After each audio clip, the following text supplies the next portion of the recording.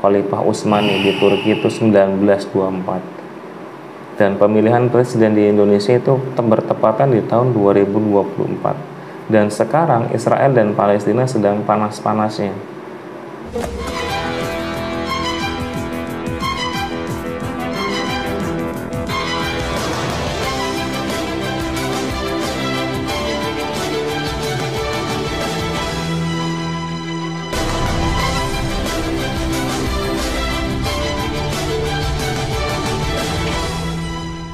Yang terhasut semakin banyak pula pasukannya. Makanya selalu introspeksi diri, selalu meminta ampunan dari Allah, minta perlindungan dari fitnah-fitnah Dajjal di akhir zaman. Karena tidak ada seorang pun yang bisa terhindar dari fitnah itu. Sekuat apapun iman manusia, hanya sekian persen bisa lolos dari fitnah itu. Nah, sampean kan membahas fitnah Dajjal. Apa yang sekarang terjadi pun mulai terjadi fitnah, nggak tahu yang benar yang mana di media sosial, di berita-berita. Apa itu salah satu bentuk fitnah Dajjal? Ya, sekarang diputar balik zamannya. Yang hak seolah-olah itu salah dan yang salah seolah-olah itu benar. Kalian akan semakin dibikin bingung sama kebenaran yang sesungguhnya. Karena semuanya dimanipulasi sama orang-orang yang bisa banyak bicara, pintar bicaranya.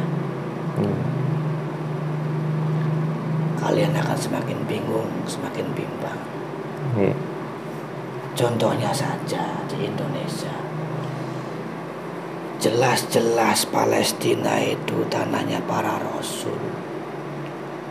Ada dari umat Islam yang membela Israel, bahwa Israel itu benar. Harusnya dia orang Islam itu ikut membela Palestina. Kalaupun dia keterbatasan dengan pengetahuannya, dia jangan sampai membela yang salah. Auzubillah min dzalik. Nah ini kita kembali ke sejarah runtuhnya negara otonom, kerajaan otonom itu Khalifah Utsmani di Turki itu 1924, dan pemilihan presiden di Indonesia itu bertepatan di tahun 2024, dan sekarang Israel dan Palestina sedang panas-panasnya. Saya tidak bisa memprediksi. Iya, saya tidak. Di masa 2024 akan ada huru-hara besar-besaran. Huru-hara besar-besaran. Ya.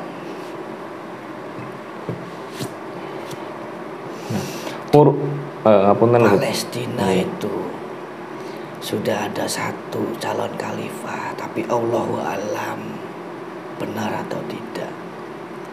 Mungkin itu hanya sebagian putra-putra khalifah yang sekarang menjadi pemimpin di sana, sangat-sangat membela, menegakkan kebenaran, membela tanah-tanah para rasul. Masjidil Aqsa dijaga benar-benar sama dia. Okay.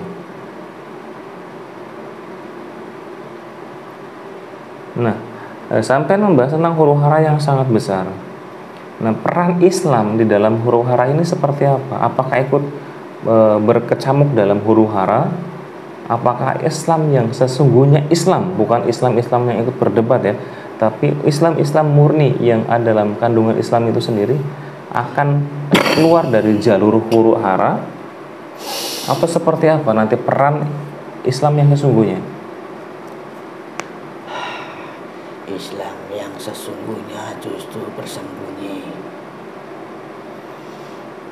tidak menampakkan diri, justru lebih dominan berdiam diri. Karena yang huru-hara adalah pasukan-pasukan Dajjal dan Islam-Islam yang mendekati dengan publik yang sering di media-media itu. Mereka saling membenarkan dirinya masing-masing.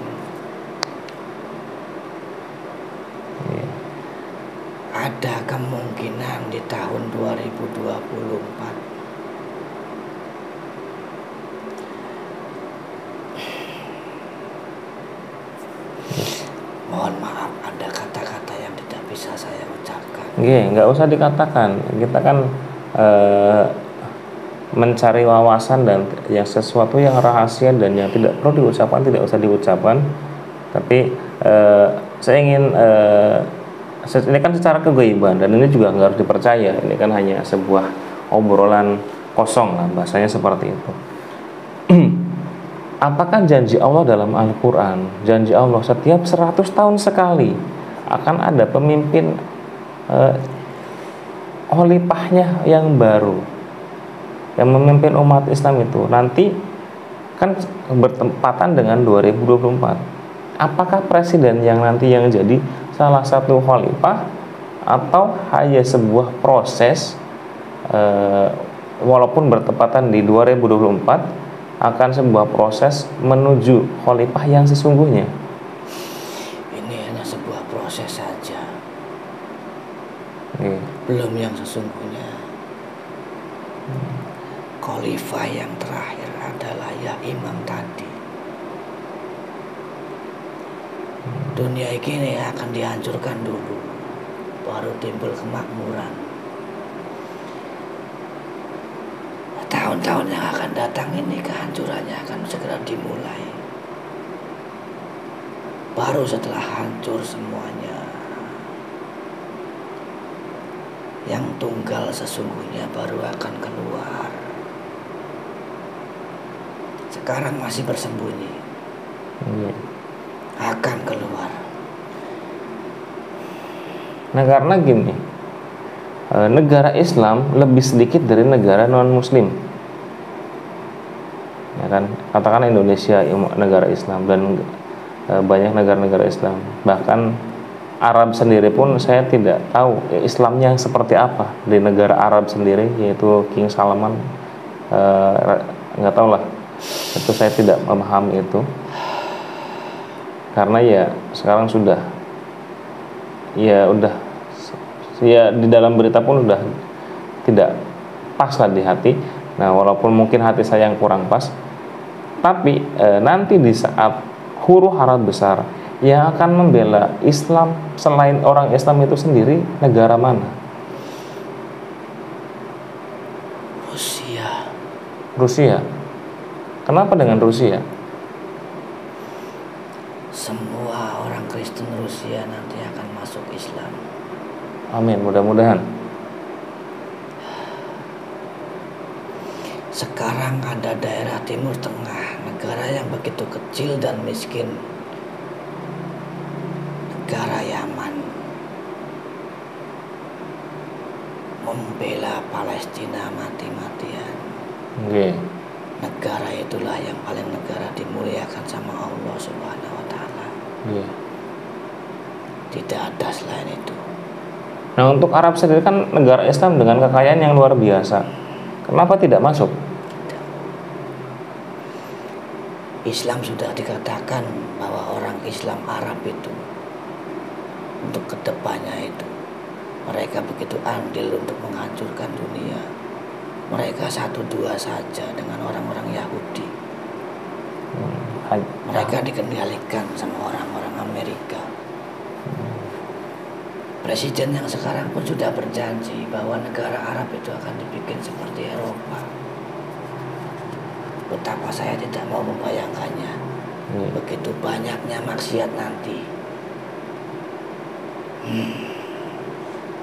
Wujud mereka saja sorbanan, pakai baju gamis. Astagfirullahaladzim. Nanti mungkin gini buat teman-teman, nanti kita akan coba membedah tentang Arab Saudi ya, tapi untuk sekarang tidak dulu. Nah, nanti kita kembali ini gini Mbak, kita kembali ke topik 2024. Huru hara terbesar nanti pemicunya dari mana? Di negara mana? Karena kan Indonesia bertepatan dengan Pilpres nih. Apakah Indonesia yang memicunya? Apapun Indonesia itu seperti api kecil dan negara lain nanti yang menyiram bensin, Nah, apakah semacam seperti itu ataupun perangnya perang fitnah, bukan perang dalam fisik bedil-bedilan tembak-tembak, tapi perang fitnah yang luar biasa? Dua-duanya berjalan semua. Kedua-duanya. Fitnah berjalan, gencatan senjata pun berjalan. Bahkan tambah ramai 2024. Biangnya satu, Zionis. Dan di negaramu pun sudah banyak Zionis. Kalau boleh tanya Mbak, berapa persen Indonesia dikuasai Zionis saat ini? Sekarang masih 20 sampai 25%. Tapi angka segitu sudah lebih banyak dari tahun-tahun sebelumnya. Enggak. Yang dikuasai mereka itu dari mana? Dari pemerintahan dulu? Pemerintahan.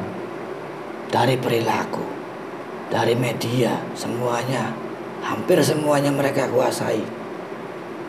Tontonan terutama. Enggak. Ini kan akan banyak huru hara yang tadi sampean sebutkan, dan ini juga nggak perlu dipercaya. Cuma dari kalau kita ngikutin media sosial di Facebook, di YouTube, wah itu udah luar biasa.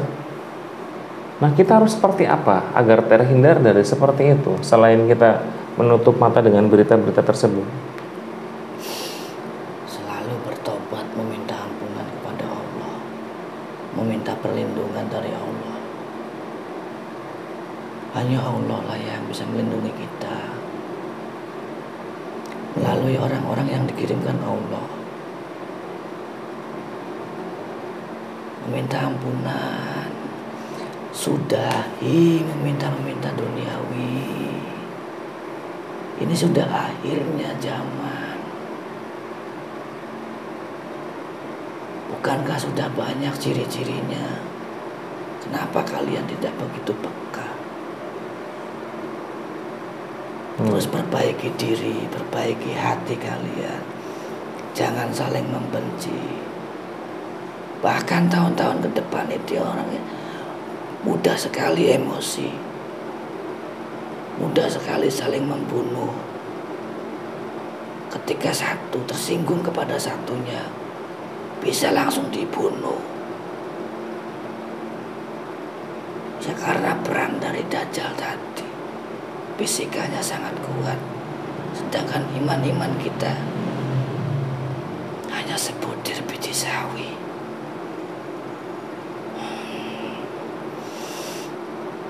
Hindari perdebatan, perbanyak di rumah saja jika tidak ada keperluan. Mencari uang sekedarnya saja. Sudah kerja, sudah jualan, ya sudah pulang saja ke rumah. Ajak anak istri beribadah, ajak sholat malam meminta ampunan Allah. Ini satu pertanyaan lagi, Mbak. Tanda akhir zaman itu kan semakin jelas saat ini ya. Saya pribadi ya meyakini itu akan terjadi, tapi tidak langsung percaya dengan tanda-tanda itu, maupun semua yang umat Islam, karena saya lebih parah dari yang lain semuanya, lebih dari segi keimanan pun yang lain. Semakin mendekati akhir zaman, semakin jelas ciri-ciri akhir zaman yang disebutkan dalam Al-Quran dan janji Allah dalam Al-Quran itu sudah jelas. Tapi semakin tidak dipercayai, semakin diacuhkan, semakin dicuekan. Ada apa dengan zaman sekarang?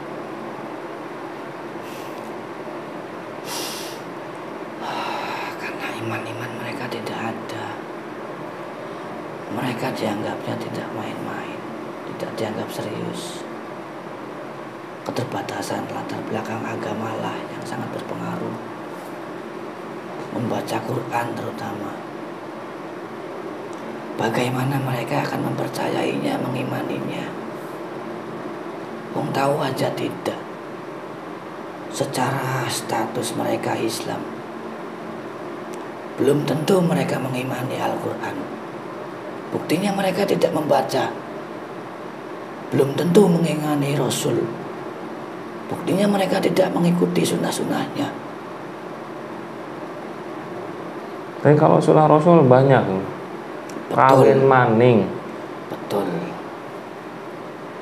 banyak yang jadi yang dituju buat sunnah Rasul itu istrinya nambah dan nambah. Itu Nafsu lagi ujung-ujungnya. dengan alasan sunnah Rasul. Apakah benar yang seperti itu? Nabi besar kita, Nabi Muhammad Sallallahu Alaihi Sallallahu Alaihi Wasallam, Wasallam. itu menikah atas perintah Allah. Lah manusia atas perintah siapa?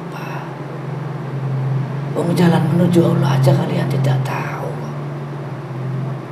Sama malaikat kalian tidak bisa melihat. Sama Quran jarang dibaca. Sunnah mana yang kalian sebutkan? Bukan sunnah nafsu.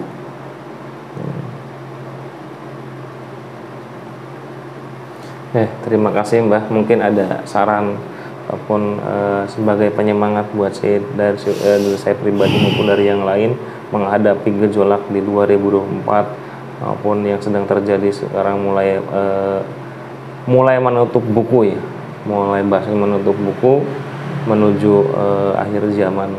Monggo sampean tuangkan petuahnya. Saya hanya ingin berpesan, sucikan hati, jangan ada rasa benci. Tapi untuk mendapatkan semuanya itu, kita harus lebih mendekatkan diri lagi kepada Sang Pencipta yang menciptakan manusia dan alam semesta ini, menciptakan malaikat dan bangsa jin. Satu yang mencipta, yang utama dan yang pertama, sebelum yang pertama sudah ada, yaitu Allah Subhanahu wa Ta'ala. Selalu meminta ampunannya, meminta perlindungannya. Yang wajibnya jangan pernah ditinggal. Baca Quran, hayati, resapi maknanya, resapi dalam hati. Lalu amalkan dengan kehidupan sehari-hari. Insya Allah selamat dunia akhirat. Amin. Dajjal tidak akan mau menyentuh jiwa-jiwa yang bersih, yang di hatinya ada Allah. Jadi untuk kita semua, khususnya saya, bangsa jin, saya pun ada kemungkinan bisa terkena fitnahnya. Tapi na'udzubillah min zalik. Hanya barang-barang memperbaiki diri, hati kita untuk lebih dekat dengan Allah. Selalu berzikir setiap saat, karena ibadah yang paling mudah adalah berzikir. Berzikir astagfirullahalazim, astagfirullahalazim, astagfirullahalazim. Ya Allah, ampunilah dosa-dosa hamba-Mu ini, ya Allah. Jika tidak meminta ampunan kepada-Mu, lalu kepada siapa kami memohon ampunan-Mu, ya Allah. Lindungi kami dari fitnah-fitnah akhir zaman yang begitu kejam, ya Allah. Kami tidak mau diwafatkan dalam keadaan kafir, ya Allah.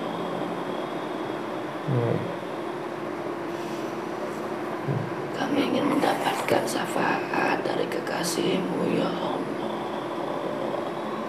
Sallallahu alaihi Muhammad. Itu saja yang bisa saya sampaikan. Terima kasih Mbah atas petuahnya. Boleh kita ambil sesuatu, tapi kita jangan menjalankan yang tadi beliau sebutkan, karena kalian mendengar ini karena syarat beliau, karena dunia gaib itu dengan penuh tipu daya. Yang pasti kalian ibadah zikir itu ya karena kalian bentuk tanggung jawab bahwa kalian hamba Allah. Hamba itu yang seperti itu, yang tunduk sama Allah, menjalankan ibadah. Bukan berarti Allah butuh ibadah kalian, bukan, tapi bentuk kalian bersyukur atas segala yang Allah kasih. Ada yang ibadahnya marah-marah mengutuk Gusti Allah. Ya kita siapa? Kita tuh hamba Allah. yang kapanpun kita bisa diambil nyawanya. Ya, mungkin dari kami cukup sekian. Wabillahi taufiq wal hidayah. Assalamualaikum warahmatullahi wabarakatuh. Oke Mbak, matur nuwun, terima kasih. Monggo. Waalaikumsalam warahmatullahi wabarakatuh. Bismillahirrahmanirrahim. Sallallahu ala Muhammad. Jin fasik yang bersemayam, yang kamuflase, yang berbom terus otomatis hancur keluar. Allah. Rusuk dari mediator dikomplitkan kembali adanya.